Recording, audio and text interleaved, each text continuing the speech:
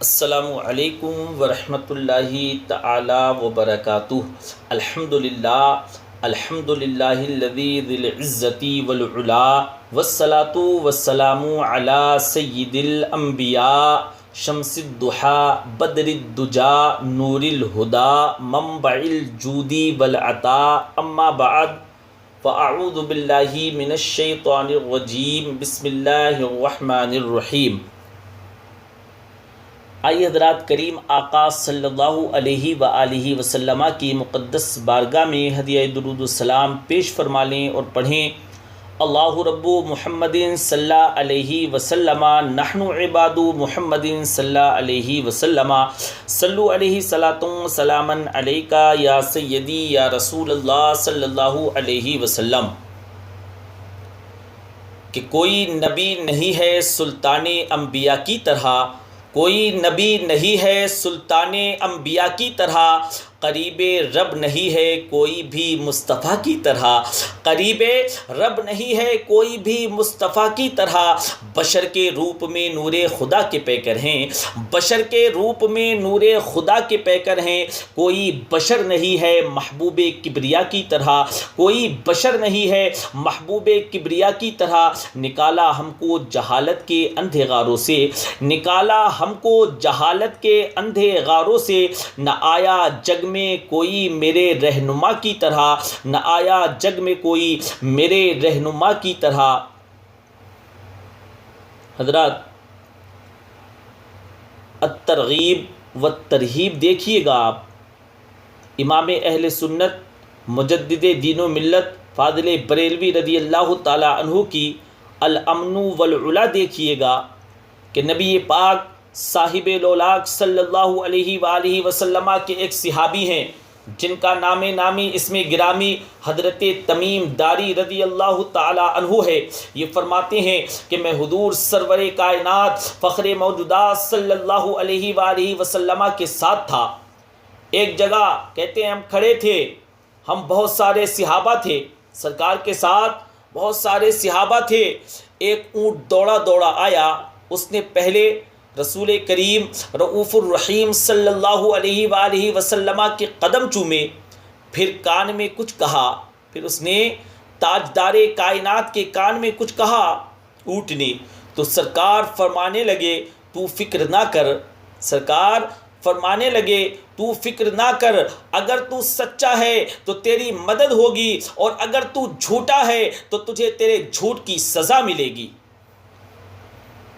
یعنی میں کیسے اس بندے کو سمجھاؤں، کیسے اسے سمجھاؤں، کمیٹی ڈال کے رو کر درد سے ادھار لے کے کوئی مدینۃ الرسول گیا، کوئی مدینۃ النور گیا، اور اس کی تڑپ ہے کہ سرکار دو عالم نور مجسم آمینہ کے لال عبداللہ کے پیارے کو میں اپنے دکھ سناؤں گا، میں پیارے آقا کو اپنے دکھ سناؤں گا۔ تو وہاں کھڑا ہو کر وہ کھڑا ہوا، وہاں ایک صاحب اسے کہنے لگے یہ معاذ اللہ سنتے نہیں ہیں، یہ سنتے نہیں ہیں، تو کس کو سنا رہا ہے؟ چپ کر، کنٹرول کر اپنی زبان کو، لگام دے اپنی زبان کو۔ اگر دین نہیں آتا تو نبی پاک صلی اللہ علیہ وآلہ وسلم سے محبت کرنے والوں کے دل مت توڑ۔ جو رسول اونٹوں کی بولیاں جانتے ہیں، جو رسول اونٹوں کی آواز سن لیتے ہیں، اپنے غلاموں کی باتیں نہیں سنیں گے؟ وہ رسول مجھے بتائے، وہ اپنے غلاموں کی باتیں نہیں سنیں گے؟ یہ تو نے کیسی بات کر دی؟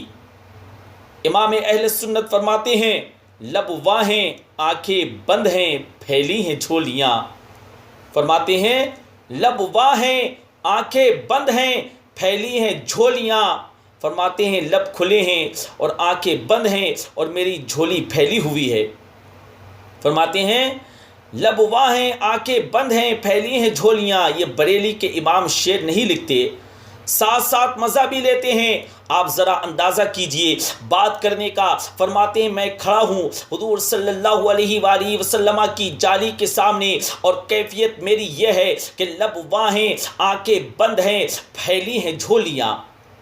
حضور کچھ آیا بھی ہے، اعلیٰ حضرت کچھ ملا بھی ہے، اب دیکھیے کسی کے سوال سے پہلے ہی جواب دے دیتے ہیں، فرماتے ہیں لب واہ ہیں، آنکھیں بند ہیں، پھیلی ہیں جھولیاں، کتنے مزے کی بھیک تیرے پاک در کی ہے۔ یا رسول اللہ کتنے مزے کی بھیک تیرے پاک در کی ہے، خالی بھیک نہیں ملی مزہ بھی بڑا آیا، خالی بھیک نہیں ملی مزہ بھی بڑا آیا ہے، یعنی وہاں سے لینے کا، بھیک لینے کا مزہ بھی کچھ اور ہی ہے۔ خود بھیک دیں اور خود کہیں منگتے کا بھلا ہو، خود بھیک دیں اور خود کہیں منگتے کا بھلا ہو۔ سبحان اللہ، یہ تو شعر ہے نا، تھوڑا سا بندہ پڑھا لکھا ہو تو سمجھ میں آتے ہیں، تو دیسی بندے کی بھی بڑی بات ہے، وہ بات مجھے بڑا مزہ دیتی ہے۔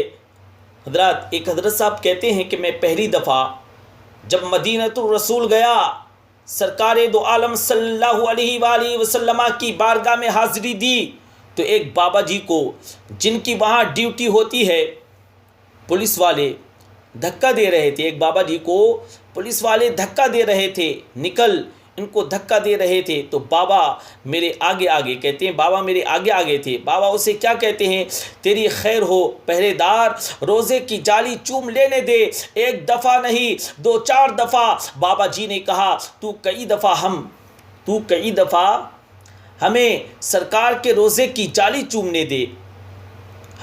کئی دفعہ ہم کسی کو مسئلہ بھی بتاتے ہیں، لیکن وہ بندہ تو ذوق میں ہوتا ہے نا، اور وہ جو مسئلہ بتاتا ہے وہ نرالا ہوتا ہے۔ آپ یقین کر لیں کہ جو رانجھا رانجھی کرنے والے ہیں ان کی بھی کیا ہی بات ہے۔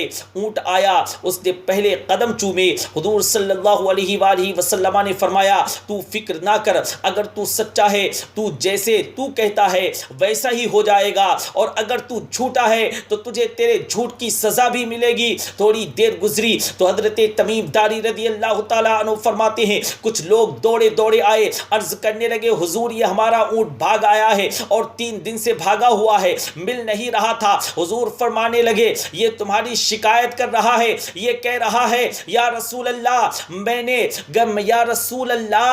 نے گرمی اور سردی میں ان کی خدمت کی، اور جب میں بوڑھا ہو گیا تو انہوں نے مجھے افزائش نسل کے لیے رکھ لیا، میری نسل سے ان کے کتنے اونٹ پیدا ہوئے ہیں، اب میں بوڑھا ہو گیا ہوں تو مجھے کاٹ کے ذبح کر کے کھانا چاہتے ہیں۔ اس نے کان میں کہا، حضور صلی اللہ علیہ وآلہ وسلم نے ترجمہ کر کے بتایا، رسول کریم رؤوف الرحیم صلی اللہ علیہ وآلہ وسلم فرمانے لگے بولو تم کیا کہتے ہو؟ کہنے لگے اس نے جو کہا ہے یا رسول اللہ، اس نے جو کہا ہے آپ سے بالکل سچ کہا ہے، اس نے بالکل سچ بولا ہے، یہ جھوٹ نہیں بول رہا ہے، ہم نے اس سے کام ضرور لیا ہے، ہم نے حضور بالکل ایسا ہی ہے، گرمی اور سردی میں اس نے کام کیا، پھر ہم نے اس سے بڑی افزائش نسل کا کام لیا، حضور ذبح کرنا چاہتے ہیں۔ نبی پاک صلی اللہ علیہ وآلہ وسلم فرمانے لگے اتنی جو خدمت کی اس کا صلہ پھر چھری ہے؟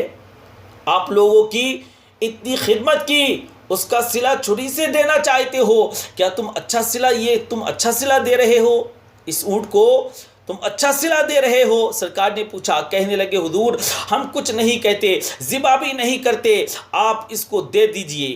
کہا یا رسول اللہ آپ اس کو دے دیجئے۔ حضور فرمانے لگے اب میں تم پہ اعتماد نہیں کرتا، اس طرح کرو میرے ہاتھ بیچ دو 100 دینار کا۔ میرے نبی پاک صلی اللہ علیہ وآلہ وسلم نے اونٹ خرید لیا، سرکار نے اونٹ خرید لیا، حضور نے اونٹ کو تھپکی دی، فرمایا جا تو آزاد ہے۔ اونٹ نے پتہ نہیں کیا باتیں کی، ایک بات کی تو حضور صلی اللہ علیہ وآلہ وسلم نے فرمایا آمین، دوسری بات کی تو حضور صلی اللہ علیہ وآلہ وسلم نے فرمایا آمین، تیسری بات کی تو حضور صلی اللہ علیہ وآلہ وسلم نے فرمایا آمین، چوتھی بات کی تو حضرات پیارے آقا صلی اللہ علیہ وآلہ وسلم رو پڑے، اونٹ چلا گیا۔ صحابہ اکرام نے عرض کی یا رسول اللہ اونٹ نے کیا کہا؟ یا رسول اللہ آپ روتے کیوں ہیں؟ تو حضور صلی اللہ علیہ وآلہ وسلم فرمانے لگے اس لیے پہلی دفعہ اونٹ نے یہ کہا تھا یا رسول اللہ آپ کو میری طرف سے اسلام اور قرآن کی طرف سے بہترین صلہ عطا کرے۔ اللہ کریم آپ کو بہترین صلح عطا کرے۔ تو میں نے کہا آمین۔ پھر اس نے دوسری دعا دی، اے اللہ کے پیارے رسول، جس طرح آپ نے آج میرا خوف دور کیا ہے، میں دعا کرتا ہوں اللہ آپ کی امت سے قیامت کا خوف دور کرے۔ اور میں نے کہا آمین۔ تو نبی پاک صلی اللہ علیہ وآلہ وسلم فرماتے ہیں پھر اس نے تیسری دعا کی، عرض کی، اس نے اونٹ نے تیسری دعا کی، یا رسول اللہ جس طرح آج آپ نے میرا خون بچایا ہے، میری دعا ہے رب تبارک و تعالی آپ کی امت کا خون محفوظ کرے۔ تو میں نے کہا آمین۔ حضور فرماتے ہیں پھر اس نے چوتھی دعا کی، یا رسول اللہ میری دعا ہے آپ کی امت لڑے نہ، جنگ و جدال نہ کرے، آپس میں گلے نہ کاٹے۔ تو حضور فرماتے ہیں میں نے آمین بھی کہا اور میں رو بھی پڑا، اس لیے کہ یہ دعا میں نے اپنے رب کریم سے مانگی تھی کہ اے اللہ میری امت لڑے نہیں، آپس میں لڑے نہیں۔ او یار، بچے لڑتے ہیں تو کیا باپ کو خوشی ہوتی ہے؟ تو کیا باپ خوش ہوتا ہے؟ مجھے بتائیں، وہ تو پریشان ہوتا ہے نا۔ باپ تو جب بچے لڑتے ہیں تو پریشان ہوتا ہے، روتا ہے، میری امت لڑے نا۔ تو میرے رب کریم نے فرمایا محبوب یہ دعا مجھ سے نہ مانگیے، فرمایا محبوب یہ دعا مجھ سے نہ مانگیے، یہ خدا کی حکمت کا تقاضا ہے، یہ لڑیں گے۔ تو نبی پاک صلی اللہ علیہ وآلہ وسلم فرماتے ہیں جب لڑائی کی بات کی پھر اس وقت میں آپ دیدہ ہو گیا، میں رو پڑا۔ یہ نازک مسئلہ ہے، تکلیف والا ہے کہ یہ لڑیں گے، کچھ لوگ فرقے بنا لیں گے، الگ الگ عقیدے گڑھ لیں گے اور سچے مسلمانوں سے لڑیں گے۔ میرے بھائی یاد رکھ لیں کہ جانور اندھیرے میں ڈوب جائے تو رسول پاک صاحب الاولاق صلی اللہ علیہ وآلہ وسلم اس کو نکال دیتے ہیں۔ تو امتی کیوں کسی اور جگہ روشنی تلاش کرتا پھرتا ہے؟ تیرا تو یہ معاملہ ہونا چاہیے، تو روز یہ کہے ماہ مدینہ اپنی تجلی عطا کرے، ماہ مدینہ اپنی تجلی عطا کرے۔ یہ ڈھلتی چاندنی تو پہر دو پہر کی ہے، یہ ڈھلتی چاندنی تو پہر دو پہر کی ہے۔ میرے رسول کریم صلی اللہ علیہ وآلہ وسلم ہر ایک کا خوف دور کرتے ہیں، ہر ایک کی پریشانی دور کرتے ہیں، ہر ایک کو حضور نوازتے ہیں، ہر ایک کو سرکار سینے سے لگاتے ہیں۔ یہ سب تمہارا کرم ہے آقا، جو بات اب تک بنی ہوئی ہے۔ پروردگار عالم کی بارگاہ میں دعا ہے کہ میرے اس بولنے میں جو بھی لغزش آئی ہو رب قدیر اس کو معاف فرمائے اور ہم سب کو سننے سے زیادہ عمل پیرا ہونے کی توفیق رفیق مرحمت فرمائے۔ آمین بجاہ النبی الامین صلی اللہ علیہ وسلم۔